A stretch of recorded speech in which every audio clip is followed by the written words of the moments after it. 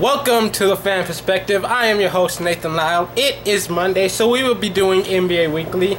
The NBA's 2012-2013 season has officially kicked off, and after the first week of NBA action, here is what stood out to me. We'll start with the defending champion Miami Heat, who start 2-1. Their defense is so much worse than it was last season, but they're still finding a way to win most games so far. Their only loss came to the New York Knicks, who were playing their season opener in the aftermath of Hurricane Sandy and have managed to begin the season undefeated. The Lakers, meanwhile, start the season 0-3, and people are already starting to panic. Chill the fuck out.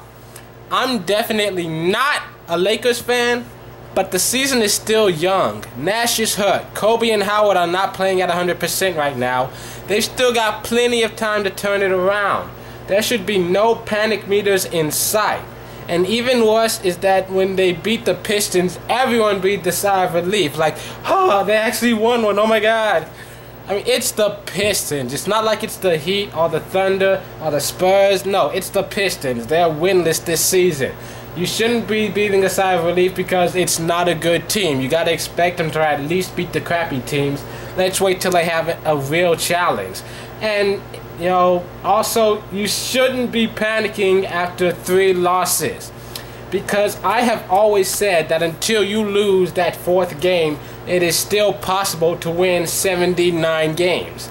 It's unlikely, but it is always possible. And I think the Lakers, even if they're not one of the top teams in the league, they're good enough to make the playoffs. They're starting off slow. It takes time when you have new pieces in place. But they've got what it takes. And meanwhile, the Nuggets, who were a playoff team last year, you know, they were involved in that trade that got Dwight Howard to LA. And they added Andre Igoudala to their roster. And that was supposed to shore up some of their issues. You know, they've got talent at all 5 positions now, and yet they managed to start their season winless. Whereas the Orlando Magic, without Dwight Howard, they get off to a fantastic start.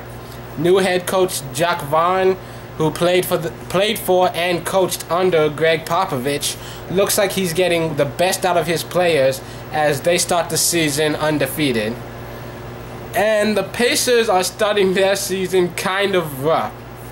They won their opener on the last-second shot.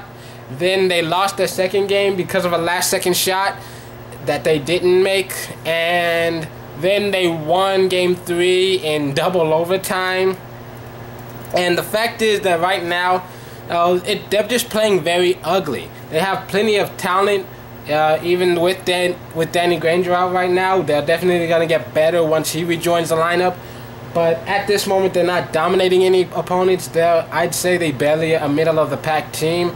You kind of expected a little bit more out of them, especially with how well they played last season. And also, James Harden has been dominating for the Rockets. They got off to a 2-0 start with Harden averaging 40 points and 10 assists a game. And, you know, he showed up.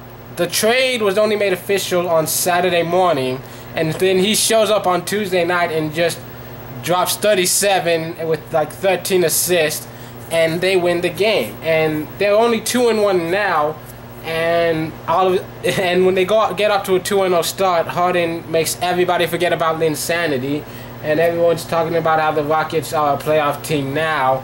And then suddenly they lose one game, and everyone's like, no, they're not going to be good enough if they don't get good players around them, blah, blah, blah. And they're both correct, honestly. But more than anything else, I have to say, once again, chill the fuck out. It is 1 week.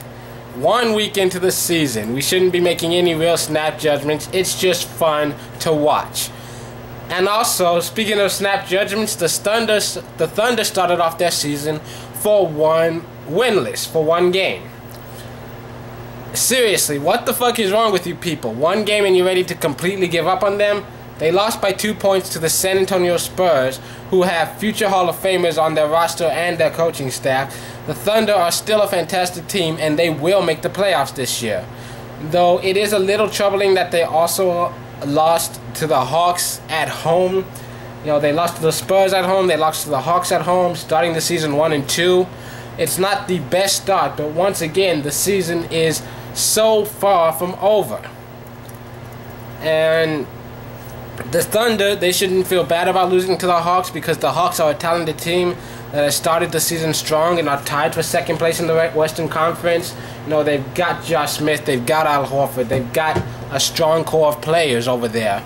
And they definitely should not feel bad about losing to the San Antonio Spurs, because the Spurs have started the season undefeated.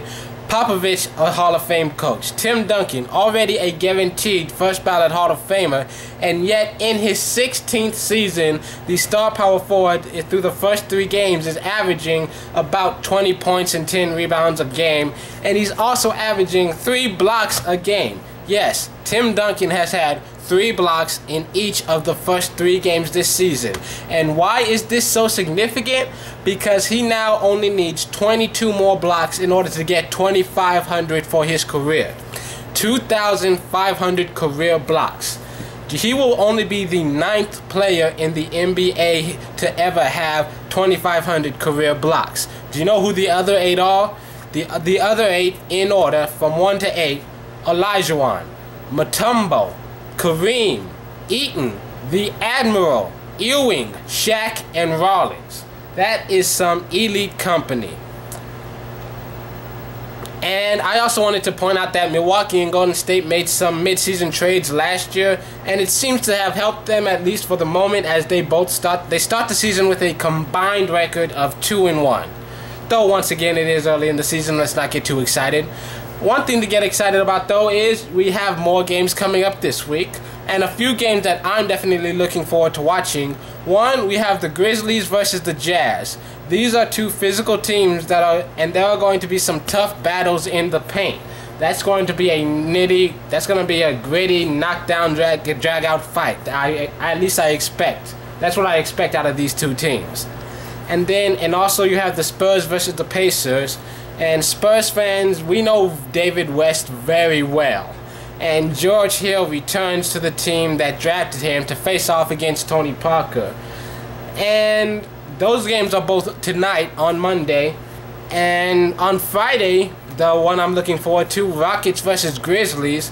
Mostly because it's the first true test for the Rockets going against a playoff team that plays very tough and very physically. And it's also a chance for the Grizzlies to really establish themselves as strong contenders again, because they've been, I'd say, a little disappointing just to start the season. I mean, I didn't really expect them to go 2-0, but just the way they're playing, they don't seem like quite the same team that they were before. But I still think they're a scary team, definitely playoff contenders. And once again, it is still the first week. Not a single team has yet to play a 5th game this year. So keep that in mind. And I will say it again in case you never heard me. It's only been 1 week. I will repeat that. It's been 1 week. 1 week. So, yeah, keep that in mind as we move forward with the season. I look forward to coming back next week with another edition of NBA Weekly. It's been fun so far.